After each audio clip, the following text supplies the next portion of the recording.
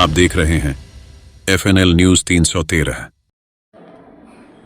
Gujarat action police association વાર્ષિક સામાન્ય સભા ગઈકાલે તારીખ 23 ફેબ્રુઆરીના રોજ ટાગર હોલ પાલડી અમદાવાદ ખાતે યોજાવેલી હતી।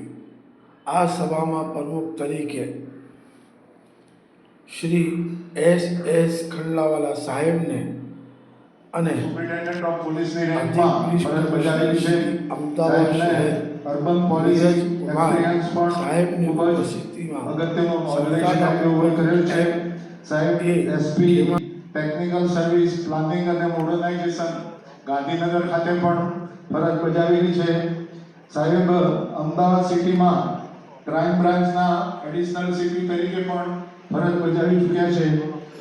અત્યારે માનનીય બડગુજર વાણી સર, યાદવ સાહેબ, જાડેજા સાહેબ, સર સાહેબ અને આપણા અહીંયા ઓડિયન્સમાં મારા senior Anarwala sir, Trivedi sir, DR Patel sir અને બીજા મારા સિનિયર અધિકારીશ્રીઓ, મારા સાથી પોલીસ અધિકારી અને કર્મચારીશ્રીઓ જે અત્યારે રિટાયર થઈ ગયા છે।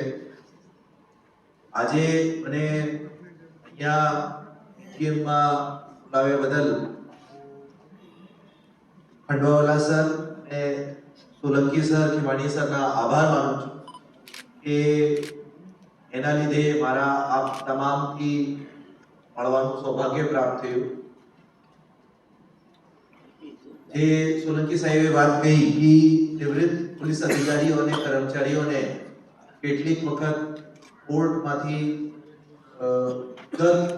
જવા માટે ખૂબ જ તકલીફ થાય છે। કેટલીક વખત એવું હોય છે કે